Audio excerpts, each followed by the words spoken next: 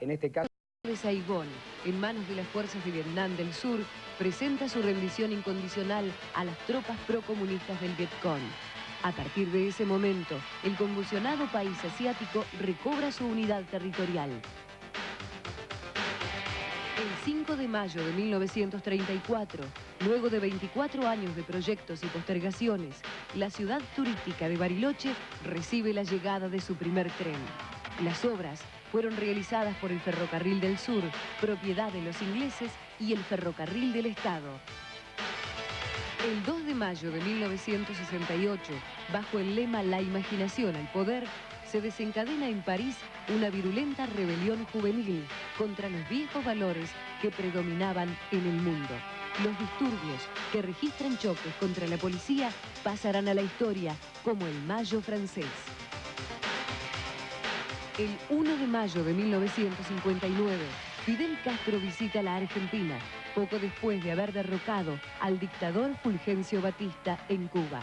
Su entrevista con el presidente Frondizi no causa buena impresión en el sector colorado del ejército, que comenzará a hackear al primer mandatario de nuestro país.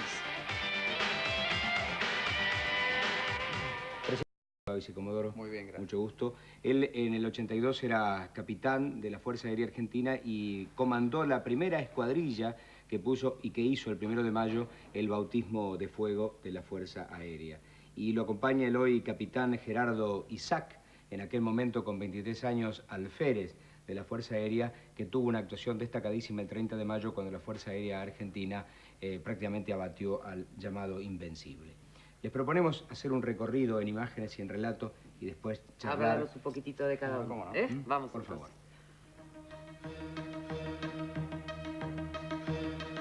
Eran las 4:40 de la madrugada del 1 de mayo de 1982, cuando el cielo de Puerto Argentino en las Islas Malvinas pareció desgarrarse. Con el ataque aéreo de aviones Vulcan y Sea Harrier, los británicos iniciaron las primeras acciones bélicas de la Guerra del Atlántico Sur. Y ese día, la Fuerza Aérea Argentina recibió su bautismo de fuego, porque entró en combate por primera vez en su historia. Pese a la superioridad de medios técnicos y de entrenamiento con que contaban los británicos, la actuación de los pilotos argentinos sorprendió al mundo. Incluso al mismo ministro de Defensa de Gran Bretaña, John Nott, quien admitió que una buena parte de los daños sufridos por las naves de la Task Force fueron provocados por la eficiencia de los tripulantes enemigos. Los aviones argentinos tuvieron que enfrentar serios inconvenientes. Debían operar desde el continente a 600 kilómetros de distancia de los buques británicos, por lo que el consumo de combustible les permitía sobrevolar las islas solo por unos minutos y debían reabastecerse en vuelo. Por otra parte, para no ser detectados por los radares enemigos, las escuadrillas evitaban el uso de las radios y quedaban prácticamente incomunicadas, y los pilotos se arriesgaban a volar casi al ras del océano. Un tripulante de una fragata británica averiada declaró a la BBC de Londres que los pilotos de los aviones argentinos parecían verdaderos demonios. Estaban en todas partes, aunque solo eran 3 máquinas. Saltaban como pulgas de un lado a otro disparando cohetes contra nuestra línea de flotación y en contados minutos desaparecían sin que nada pudiéramos hacer. Es que las operaciones en el Atlántico Sur demostraron además que el avión de ataque de fabricación nacional IA-58 Pucará contaba con excelentes aptitudes para participar en una guerra moderna. Aquel 1 de mayo, la Fuerza Aérea Nacional realizó 56 salidas contra la flota británica y logró averiar seriamente a 2 fragatas, aunque se perdieron 2 aviones. Pero la operación de mayor envergadura durante la guerra fue la destrucción de la nave insignia de la flota británica, el portaaviones Invencible, a cargo de 4 cazabombarderos de la aeronáutica y 2 superetendard de la Armada.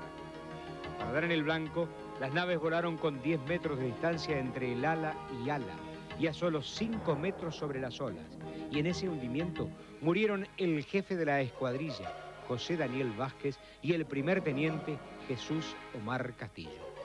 Al finalizar la guerra, el entonces comandante en jefe de la Fuerza Aérea, brigadier general Basilio Lamidoso, afirmó que la aviación militar había logrado hundir 6 buques ingleses, averiar a 14 y probablemente había causado daños a otras 8 embarcaciones y que la artillería antiaérea había derribado a 14 aviones y 12 helicópteros enemigos, pero admitió que se habían perdido más del 40% de los aviones argentinos que participaron en el conflicto, en los que dejaron la vida 50 oficiales y suboficiales y 5 soldados conscriptos.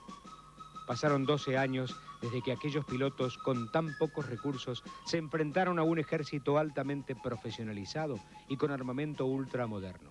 Y pese a las discusiones que todavía hoy provoca el recuerdo de la Guerra de las Malvinas, es difícil poner en duda tanta entereza y valentía. Supongo lo importante que debe haber sido para usted. ¿Usted tenía conciencia en ese momento que estaba comandando el bautismo de fuego de la Fuerza Aérea? Bueno, en ese momento, mi escuadrilla, que éramos 3 aviones, integrada por un teniente Román y teniente Aguirre Fajet, no sabíamos exactamente cuál era la situación sobre las islas. Cuando nosotros despegamos del continente, teníamos prácticamente 40 minutos de vuelos hasta poder llegar a la isla y ahí buscar la nueva posición de los buques que supuestamente se deberían haber desplazado desde donde los había visto nuestro radar en Malvinas hasta el momento que nosotros llegamos. ¿40 minutos se habla de Mirage? 40 minutos en el Mirage desde San Julián hasta la primera piedra de las islas. Después eran otros 30 minutos hasta llegar a la zona de Puerto Argentino, que es la parte que está más distante del continente. Sabíamos que eran varias las escuadrillas que iban convergiendo para repeler ese ataque británico, pero lo que desconocíamos era en qué posición llegaríamos nosotros. Claro. Después de haber realizado esa misión, nos enteramos que prácticamente fue la única que alcanzó a atacar a los barcos ingleses. ¿Qué barco atacó usted? En ese momento había 3 buques que estaban cañoneando a la zona de Puerto Argentino, el aeropuerto, la zona de la pista, y cuando llegamos a la altura del Cabo San Felipe, distribuyo un blanco para cada avión, para cada uno de mis numerales, y procedemos a atacarlos. Prácticamente estaban directamente al frente nuestro. O sea que no hubo que hacer demasiadas maniobras para acomodarnos. No obstante, como seres humanos que somos, yo no cumplí la orden que di para mí mismo, puesto que me quedaba más cómodo el buque que estaba más a la izquierda. Y a ese fue que lo atacamos, conjuntamente con uno de mis numerales, el teniente Aguirre. Sí. Posteriormente al ataque de ese buque, en el que lanzamos nuestras bombas, que eran solamente 2, producto de que había que llevar tanques adicionales de combustible, claro, para poder informe, llegar. Claro, eso nos quitaba capacidad de armamento. Claro. Salgo, digamos, sobre el buque y me encuentro con el que yo me había asignado de frente, y lo único que me quedaba era tirar con la munición de cañones.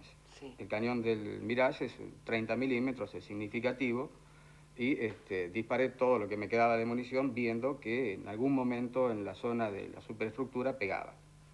Posterior a eso, lo único que me quedaba era salir, escapar lo más rápido posible para tratar de que no fuera derribado. El momento culminante, digamos, el momento más emocionante fue cuando, ya salido de la zona de combate, la zona del mar, entrando en la primera parte de las islas, hacemos comunicación por radio y escucho que mis 2 numerales estaban bien. Estaban bien, claro. Que los 2 también habían salido. Es decir, que la misión terminó con éxito, volvieron los 3 al continente. Claro, la salida fue, digamos, individual, cada uno por su lado, porque en el momento del ataque cada uno se concentra en su blanco. Y aparte debe ser un momento después de una enorme confusión, ¿no? ¿O no? Claro, porque por la radio escuchábamos los otros combates que había entre aviones nuestros que estaban haciendo cobertura aérea, Mirage, A4 que venían para también atacar a esa parte de la flota, es decir, realmente estaba bastante confuso. ¿Y miedo se siente? Y miedo se siente cuando uno lo reflexiona. En el momento, en el yo momento creo no, que la concentración y los convencimientos que uno tiene de lo que está haciendo suplen, y debe ser así, deben suplir el miedo. Isaac, 23 años, recibido hace muy poco tiempo, alférez, y una misión muy especial, el 30 de mayo. ¿Era tu primera misión en el marco de la Guerra de Malvinas? No. Yo estaba desplegado en la base aérea militar San Julián, con mi escuadrón, que era el escuadrón de Skyhawk A4C. Ustedes deben haber escuchado mencionarlos. Yo durante el conflicto que sucedió a partir del 1 de mayo en forma activa, ya tenía hasta ese momento 6 misiones de combate. Y para esta específica, ¿no es cierto?, del trabajo contra el portaaviones Invencible, se determinó que los jefes de escuadrilla y jefes de secciones presentaran voluntariamente 2 hombres para comandar la escuadrilla. Se presentó el primer teniente Vázquez y el primer teniente Ureta. Ellos designaron a los 2 numerales, que son los 2 hombres que van formados en los otros 2 aviones, y nos designaron al primer teniente Castillo y a mí. Nos tuvimos que trasladar de San Julián a Río Grande, porque la operación era de forma conjunta con Superetendard, ya que la gente de la Armada tenía el misil Exocet, tan famoso por aquella época, y disponían del último misil, para lo cual la operación iba a ser con el Exocet más 4 aviones A4C. El día 30 de mayo despegamos desde Río Grande, hacemos varios reabastecimientos en vuelo, unos 200 kilómetros al sur de las Islas Malvinas, y al finalizar esta serie de reabastecimientos, de tal modo de salir todos con la mayor cantidad de combustible para tener mayor autonomía, iniciamos un descenso formados en línea los 6 aviones para ponernos rasantes sobre el mar y dirigirnos hacia el objetivo que teóricamente era el Invencible. Hasta ahí no sabían con certeza. Exactamente. La aproximación final se produce en total silencio radioeléctrico, lo más bajo que podíamos. Levantan los Superetendard unos 40 kilómetros antes, lanzan su misil. Allí termina la misión de ellos, ya que ellos no disponían de otro armamento más que el misil. Y atrás seguimos nosotros 4, cada uno con 3 bombas de 250 kilos y 200 proyectiles de 20 milímetros. Como siguiendo el misil, por otra parte. Exactamente. El misil sale adelante, sale al doble de nuestra velocidad. Entonces, prácticamente entramos a seguir la estela del misil. Vemos a los segundos, se comienza a divisar la silueta del portaaviones, inconfundible. Ya todos habíamos tenido nuestras misiones contra la flota, en San Carlos sobre todo, y no teníamos ninguna duda de que esta era una silueta totalmente distinta a la que habíamos visto anteriormente. El misil a los pocos segundos impacta en el portaaviones entre lo que sería la pista de vuelo y el puente de mando, por así decirlo, ¿no es cierto? Y comienza a salir humo de los costados. Cuando estamos a 1 minuto y medio del ataque aproximadamente, yo que estaba formado a la derecha, siento una fuerte explosión a mi izquierda. Miro y veo uno de los aviones A4C que explota y queda en el océano. No hay mucho tiempo para advertir más que esto, ya que hay una gran concentración, muchísimo trabajo que hacer en estos últimos tramos. Continúo mi ataque y medio minuto antes, otra fuerte explosión, muchísimo más grande que la anterior, y miro a mi izquierda, entre 5 y 10 metros de mi plano izquierdo, la explosión del segundo otro avión A4C. Sí, de los 4 que íbamos yo ya había visto las 2 explosiones. Se me viene encima el portaaviones, disparo mis cañones, por suerte pude disparar los 200 proyectiles que llevaba, oprimo mi disparador de bombas y como ya se me vino muy encima no pude salir por arriba, tuve que hacer una maniobra por el costado y lo pasé por el costado derecho. Mi ataque fue desde atrás, o sea, el portaaviones lo tomé desde la parte trasera. Hago una serie de maniobras de todo tipo que pude hacer sobre el agua para evitar que me dispararan y enfilé hacia mi rumbo de escape. Y allí me encuentro en el regreso, no pude hablar con nadie, pero sí vi un A4C, el otro que quedaba, yo no sabía a quién habían derribado. Entonces cuando me acerco y le veo el buzo de vuelo color naranja, 2 oficiales solo en el escuadrón teníamos color naranja, nuestro buzo anti-exposición, para protegernos contra el frío del agua, identifiqué que era el primer teniente Ureta.